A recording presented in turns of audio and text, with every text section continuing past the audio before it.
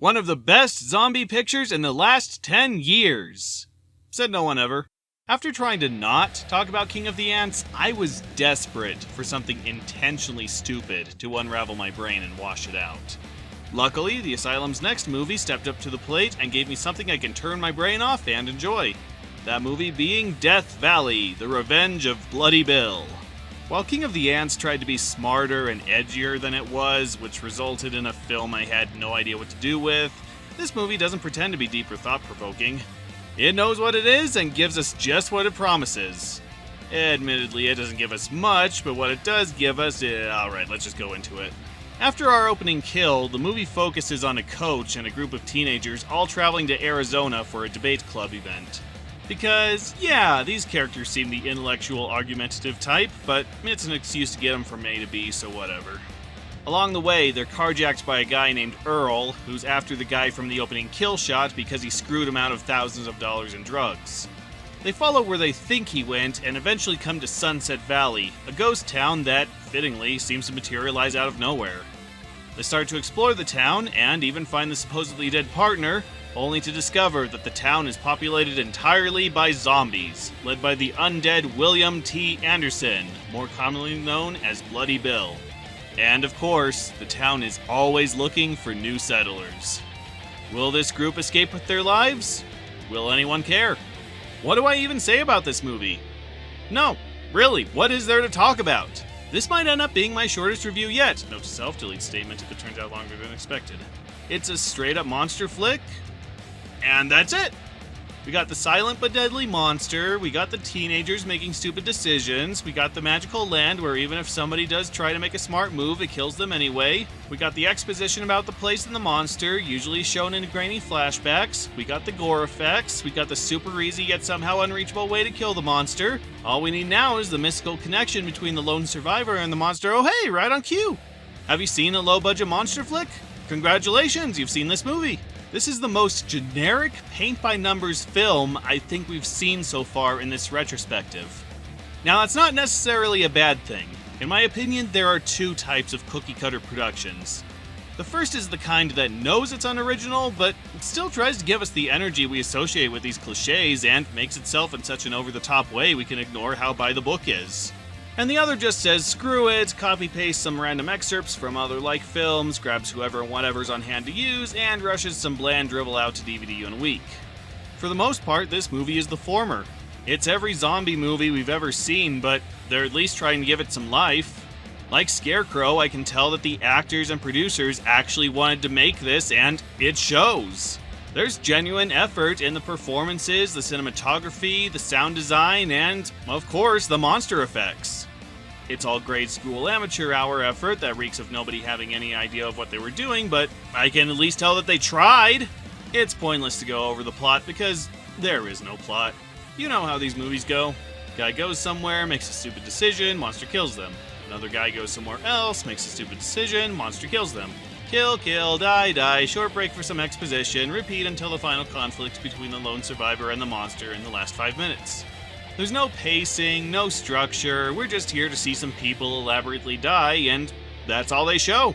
Though I will give credit that it's the rushed kind of no pacing. From the start, the movie takes off running and never slows down. Not a second goes by without something happening, whether it's a battle, or somebody being killed, or a gunfight, or just the characters running like mad. It's chaotic and sometimes hard to follow, but it doesn't leave you bored. I'll also give credit that the black guy doesn't die first. Oh, he dies, eventually, obviously, but it's towards the end of the movie, which, for a film like this, made when it was, is a rarity. No sense in going over characters either, because there are none. Every single one is kill fodder, given no time to show personality before they're chewed up and spat out. The movie's in such a rush to kill them off, they're not even given the standard horror movie roles. There's no bully, or slut, or nerd, or virgin, or SJW, everybody is completely interchangeable. When this one guy starts spouting exposition about Bloody Bill, nothing was established that would suggest he's as conveniently obsessed with this guy as he is. Even Scarecrow Slayer at least had a sheriff, a crazy old man, and a cadet. Here, you could give these lines and actions to any of these characters and they wouldn't seem out of place. They do try to make one of the girls the logical thinker who doubts any mystical connection, but it's obvious she's just saying words. We don't even get the traditional semi-famous celebrity to cameo for 2 minutes for name value. The entire cast is comprised of unknowns. Okay, we get Denise Boutet, whom anyone unfortunate to watch Meet the Browns might recognize, but this was before her big break. Thankfully, the cast is made up of energetic actors who don't sleepwalk through their performances, again, unlike Scarecrow Slayer, but they're obviously given no direction outside of run, scream, and argue. The monster is your generic silent but super strong and sadistic killer, but I will admit that the movie knows how to use him. He's not the only hazard the characters face, and he's off-screen for most of the movie. But when he does appear, he has a presence to him that makes even the other zombies back off, like he's saying, "Thanks for softening him up for me. I'll take over from here." And if that's not awesome enough, he has his own theme song.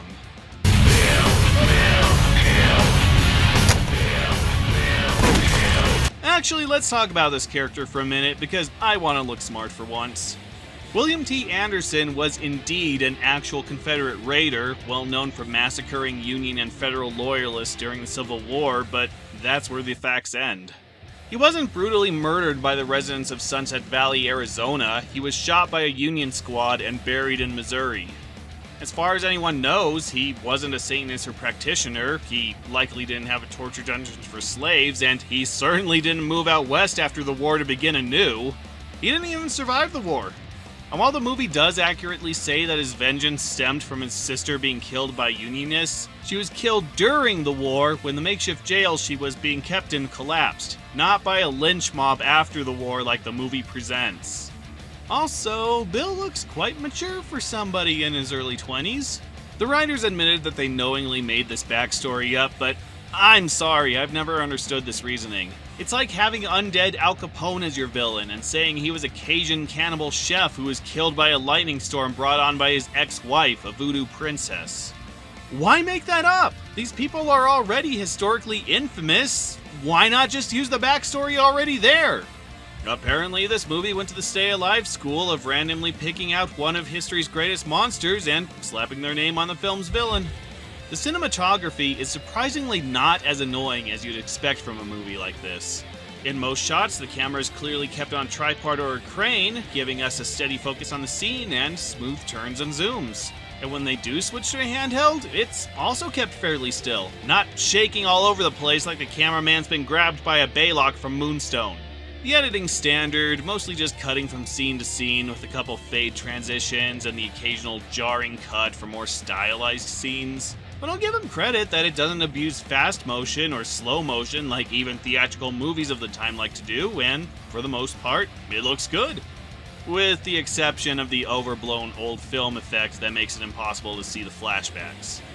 Doesn't help that it's a bad stock effect that even my software has. The kills are also not that bad.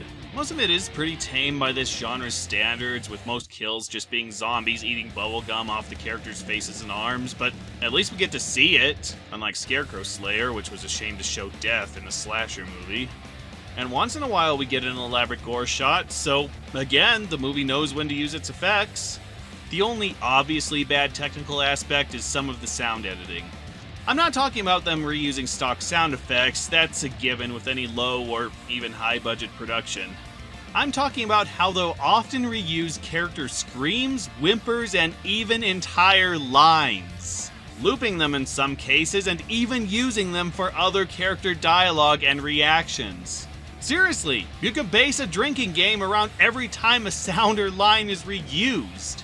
There's one scene where two characters say practically the same thing, and they obviously reuse part of the same line 3 times. You're not gonna leave him here to die?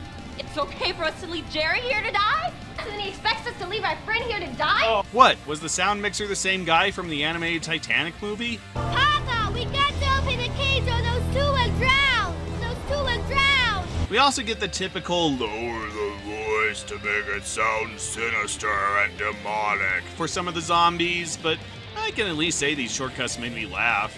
While the movie already can't be called boring with its non-stop zombie action, it gets really fun in its last 15 minutes. I'm not going to spoil everything, but two major events happen that I have to share. Earl gets bitten, suddenly grows a conscience, and stays behind to keep the zombies at bay. And he decides that if he's going out with guns blazing and high off his ass! And the following scene is just as glorious as that sounds, made even better with the movie's almost fully death metal soundtrack.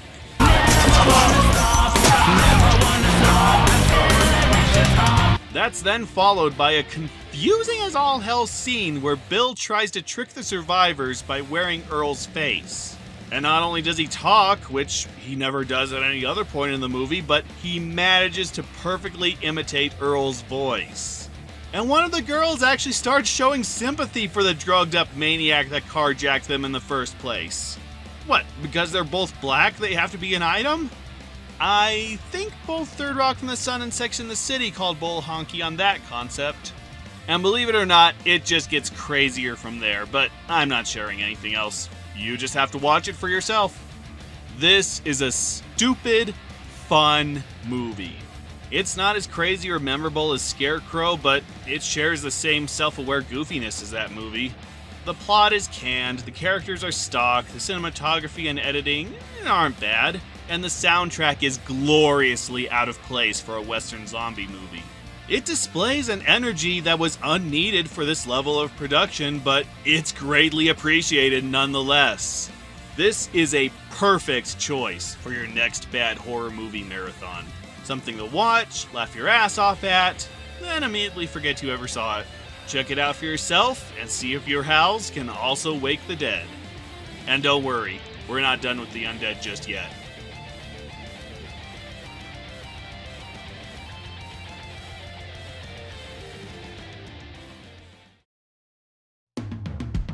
Hey there everyone, thank you for watching this video. If you enjoyed it, please consider supporting me on Patreon and help me create even more content like this. It's only $1 to get early access to my videos, and only $5 gets you a credit at the end of each of those videos, with higher tiers offering these and even more perks. And as you help me reach certain goals, I have super special content lined up for all of you. Head on over and check out my Patreon today, and I'll see you next time.